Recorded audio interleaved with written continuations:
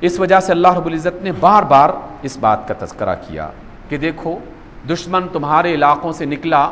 نکلنے سے پہلے تمہیں چھوٹے چھوٹے خطوں میں تقسیم کر کے تمہارے درمیان مغایرت کی دیواریں کھڑی کر گیا، ایسی دیواریں کہ جس کی آر پار دو بھائی رہتے ہیں لیکن دونوں ایک دوسرے کی پہچان کرنے سے انکار کر رہے ہیں۔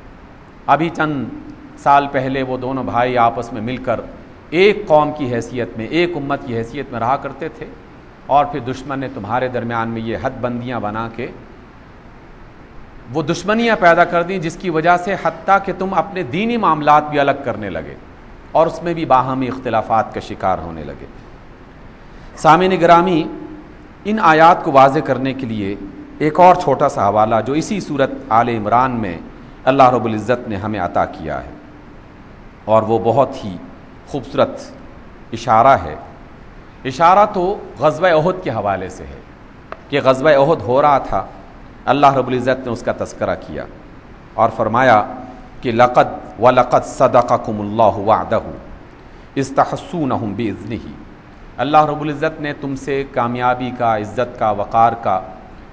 وعدہ کیا تھا، اللہ نے اپنا وعدہ سچا کر دیا، اور جب سچا کیا تو تم دشمن پر غالب آ گئے اور پھر تم ان کا پیچھا کرنے لگے اللہ کے اذن سے، بِإِذْنِهِ حَتَّى إِذَا فَشِلْتُمْ، لیکن کچھ دیر کے بعد جب تم کمزور پڑ گئے، وَتَنَازَعْتُمْ فِي الْأَمْرِ، اور ایک معاملے میں آپس میں جھگڑنے لگے، ایک معاملے میں آپس میں جھگڑنے لگے۔ دیکھیے، باہم کسی معاملے میں اختلاف ہو جانا کوئی بڑی بات نہیں ہے، لیکن جو بات قابل مذمت ہے وہ باہم جھگڑنا اور باہم اختلاف اس قدر کرنا کہ آدمی ایک دوسرے کی نمازیں اور ایک دوسرے کی عبادات اور ایک دوسرے کے اسلام پر بھی شک کرنے لگے اور تانا زنی کرنے لگے، لعنت ملامت کرنے لگے، اختلافات کرنے لگے۔ رسول اللہ صلی اللہ علیہ وسلم نے ایک گروہ کو، ایک جماعت کو ایک درے پر کھڑا کر دیا تھا اور کہا تھا کہ تم نے یہاں سے نہیں ہٹنا، لیکن جیسے ہی مسلمان فتح یاب ہوئے اور کافر بھاگنا شروع ہو گئے تو اچانک ان لوگوں کے دل میں یہ خیال پیدا ہوا کہ اب تو مال غنیمت لوٹنے کا وقت آ چکا ہے، چلو بھاگو اور مال غنیمت لوٹو۔ اللہ رب العزت نے ان کی اس معمولی سی غلطی کو بہت بڑی غلطی بنا کر قیامت تک لوگوں کی زبان پر جاری کر دیا اور بتا دیا کہ دیکھو رسول کے زمانے میں ایک معمولی سی لغزش وہ تمہارے لیے در حقیقت ایک سبق ہے، ایک درس ہے کہ جہاں کہیں بھی تم آپس میں کسی بات پر اختلاف کرو گے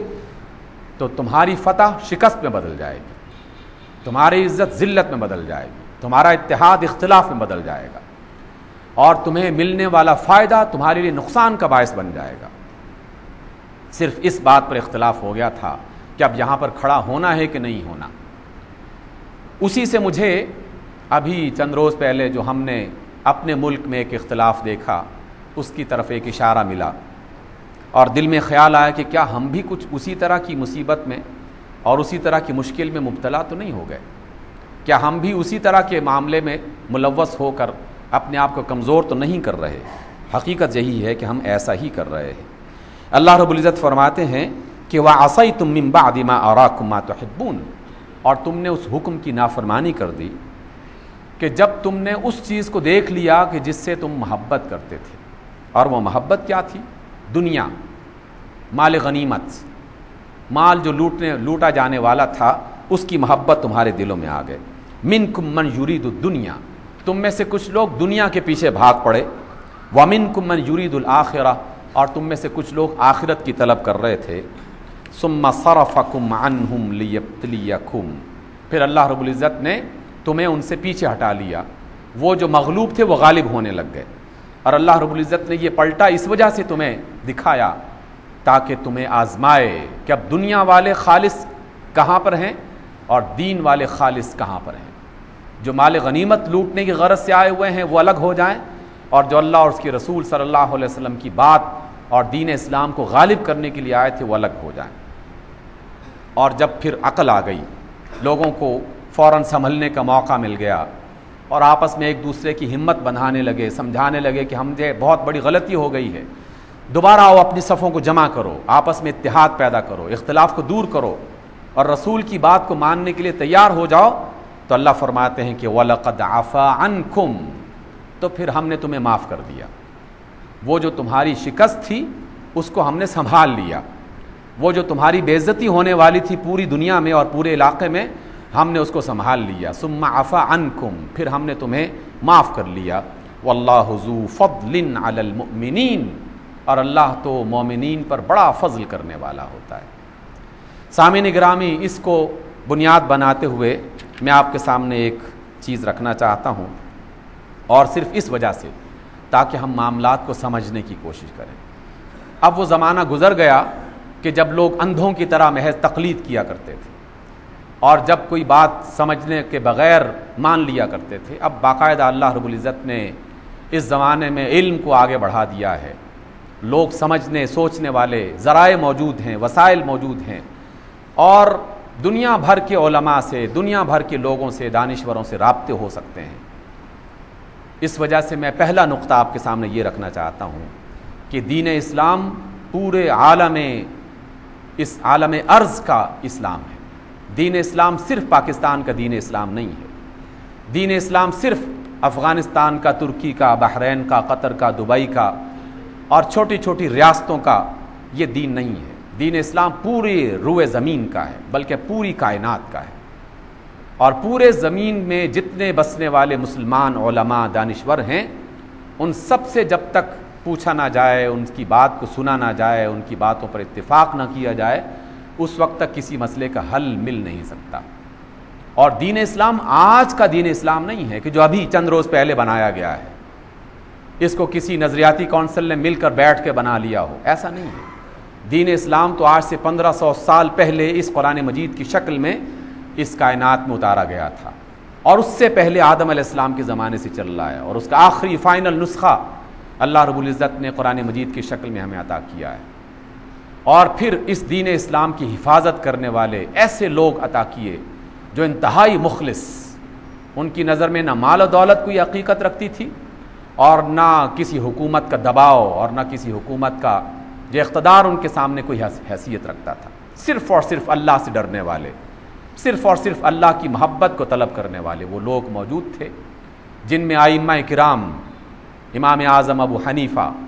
امام مدینہ امام مالک, امام مکہ امام شافعی, اور امام جزیرہ عرب امام احمد بن حنبل, اور نہ جانے دنیا میں اس طرح کے کتنے بے شمار لوگ آئے کہ جو اللہ کو ماننے والے, صرف اور صرف قرآن و سنت کی روشنی میں معاملات کو حل کرنے والے. قرآن کی آیات کیا ہیں, اللہ کے رسول کے فرامین کیا ہیں, اللہ کے رسول نے فلاں موقع پر کیسے فیصلہ کیا تھا, فلاں موقع پر کیسے فیصلہ کیا تھا. بڑی نیت, اچھی نیت کے ساتھ انہوں نے اس بات کے فیصلے کیے. اسی وجہ سے ان کے بتائے ہوئے فیصلے آج بھی ہمارے لیے مشعل راہ ہیں, آج بھی ہمارے لیے مشعل راہ ہیں. پاکستان میں چاند تو محض ایک ذریعہ ہے ان لوگوں کے لیے کہ جو دین اسلام کا مذاق اڑانے کا کوئی نہ کوئی بہانہ تلاش کرتے ہیں. چاند تو محض ایک ذریعہ ہے, اور بدنصیب وہ لوگ ہیں جو اس کا ذریعہ بن جاتے ہیں, اور اس میں باقاعدہ اپنی غفلت, اپنی بے وقوفی اور اپنی جاہ طلبی, پیسے کی لالچ اور چند تھوڑی بہت چھوٹی موٹی شہرتیں حاصل کرنے کے لیے پھر ایسی باتیں کرتے ہیں جس کی وجہ سے جن لوگوں کے دل میں کچھ بیماری ہے وہ پھر مولوی کا مذاق اڑاتے اڑاتے بات دین اسلام تک پہنچ جاتی ہے, اور پھر اس سے بھی وہ پیچھے ہٹنا شروع ہو جاتے ہیں. لیکن بات تو بہت آسان سی ہے, کوئی مشکل نہیں ہے. 30-40 سال پہلے اس طرح کے مسائل ہمارے ہاں نہیں ہوا کرتے تھے. ہماری آنکھوں کے سامنے دیکھتے دیکھتے یہ مسائل پیدا کیے گئے, اور اب مسلسل اس میں اضافہ ہو رہا ہے, مسلسل اس میں اضافہ ہو رہا ہے. میں آپ کو صرف سمجھانے کے لیے, اور ایک اور نقطہ اس میں سمجھانے سے پہلے, کہ دنیا میں فتنہ کھڑا کرنا اللہ رب العزت کو سب سے زیادہ ناپسند ہے. اس لیے جہاں بھی فتنے کی ذرا سی بھی کوئی صورت بن رہی ہو, فوراً اس کو سمیٹنے کی کوشش کی جائے,